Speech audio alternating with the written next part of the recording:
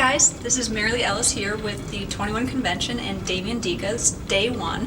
Fantastic speech. This is your first time speaking, right? At the 21 Convention, absolutely. Okay. Yeah, number one. Great. We loved your speech, though. I think we're going to have a hard time topping that speech. There's just a couple of things that I definitely wanted to ask you for our viewers out there if you didn't get to catch the whole speech. You talked a little bit about epigenetics. And what do you think is the best way to either fight the epigenetics or try and use it in your advantage? Okay, so I'll just be clear on epigenetics itself. Yeah. So epigenetics is this idea that we can inherit things, Right. Either behavioral or physical, that are not genetically coded in our genetic code. So sometimes they're just, hey, like I mentioned before, you can inherit neuroticism epigenetically. But other times it can actually be physical deformities that we can actually pick up.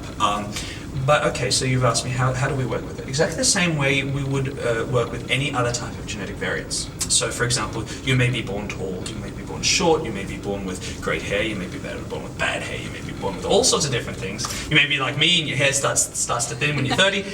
You get all these different things. So the way to work around them is, first of all, to never fight. So again, I'm a big fan of Buddhist philosophy.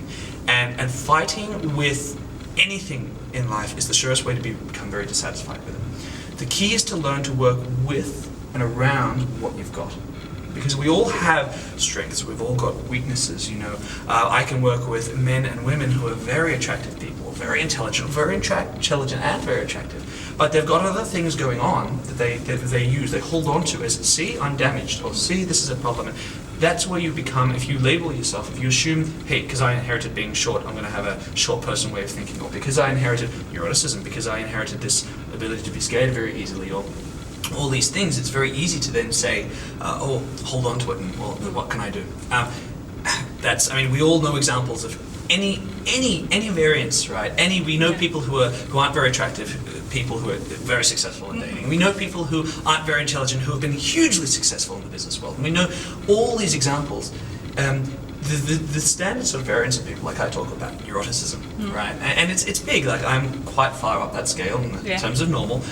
But in the schemes of things, that doesn't mean I can't accomplish anything. As I talked about in this speech, there's a way around. There's a way to work around whatever you've got working for you and not working for you. The key is to actually look for it, research whatever you've got, find examples of someone who has whatever it is, someone who's neurotic, someone who's tall, someone who's short, whatever it is, and look for examples of people who have done what you want to do but feel like you can't. Because I promise you they're out there. Yeah, they're definitely out there. And that leads me into my next question. What do you think is the biggest mistake people make when they're trying to achieve happiness? To me, the biggest mistake people make, and this comes back a little bit to the talk, but the biggest mistake people make is they focus on these endpoint outcomes. So their whole lives get sort of built around when I get this car, when this girl likes me, when I achieve this role at work, when I have this percentage body fat. And the difficulty is that the control that we have over the world. The reality is the world is a very unpredictable place. You can get knocked over by a car tomorrow. You can, you can get sick. All these things can happen in your world. And the key is worrying about that, worrying about what you can't control, is the best way to actually teach yourself to have very little control over your world. Famous research was done one time. If you interview people who are clinically depressed and you look at how much control they believe they have over the world, it's almost zero. Okay. Everything's out of their control. When you look at people who are hugely successful, and how much control they believe they have over their lives, it's over everything. They believe they have control over the way people think, over the weather, over the stock market, over everything. And so it's about perceived control, what we believe. So the biggest mistake we make is we set goals where we don't have complete control over them. And what does life teach us? Sorry, you don't have much control over that. That's perfect. That also goes into my next question. You just keep rolling these one right into the other. I don't even need to say anything. It was, what do you think about the difference between the influence versus control? Right. So, as I was just saying, our control over the world is actually very small. In fact, life is depressingly full of lack of control. Right? Things go wrong all the time.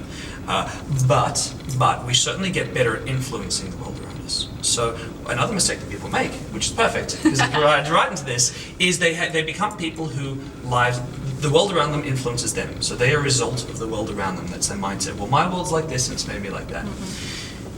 That is not path to being successful, happy, anything. The best way to be successful is to be someone who focuses on influencing the world around them.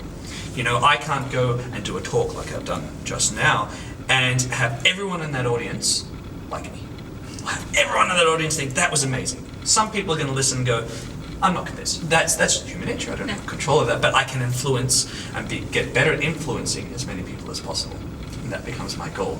Can I influence as many people as possible? Can I influence as many people? How can I improve? Not can I control and make sure everyone, because you can't. You know, we could have a room full of people who've just listened to a talk just like mine. What influence will I have? Okay, that's fantastic. I don't know. Everybody in there seemed to really like what you were doing and talking about. You got such just great feedback from the audience, and their questions were great too. So go to the actual interview and you'll see those questions. The last question I wanted to ask was just on the topic of goals. You like to set short-term goals rather than long-term goals. How do you feel about that? What do you think people should do? Okay, so you know, I've always believed. I mean, I started out with the typical way of thinking is you set these long, big goals. Yeah. And what I found was that you usually don't achieve them because they're always overly optimistic. We get excited and we get optimistic when we set goals. We all do that. It's human to do that. But what happens is you get this reach for the stars and get to the moon concept. And then what are you your whole life? You're a failure. Because you always fail to achieve what you wanted to achieve. So what I like to focus on is the next week. In 1 week, you know what's going to happen that week. Okay, you know what you want for that week. What I want today and what I want in 5 days is not very likely to change. And what we can do in that week is we can actually plan it. We can plan it very specifically. Again, only things we're in control of planning, like our time, right? Yeah. We're in control of our time. Not like getting a raise this week. Yes, exactly. It's got to be stuff you're in control of. But when you set that, you can every week can be full of these little wins. So if you go through a week, for example, me, I've got to have 2 wins a day. A win is I go to gym and I meditate. 2 wins, done.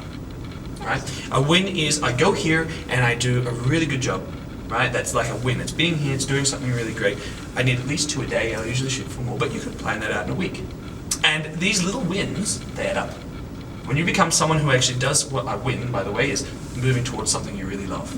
And when you do that consistently, you get there. And are you moving towards happiness then? Exactly. Great. Exactly. Yeah. So this is the 21 convention. This is Damien Diecke. If people want to find you, if they like you, where do they go? So the best place to find me is at School of Attraction. So schoolofattraction.com.au.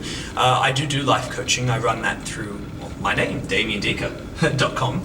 And you can find me there. But if you're interested, get in contact with me. I love responding to emails. I love giving feedback to people. It's not like I have to charge for it because this is my passion. So great. Bye, guys. See you later.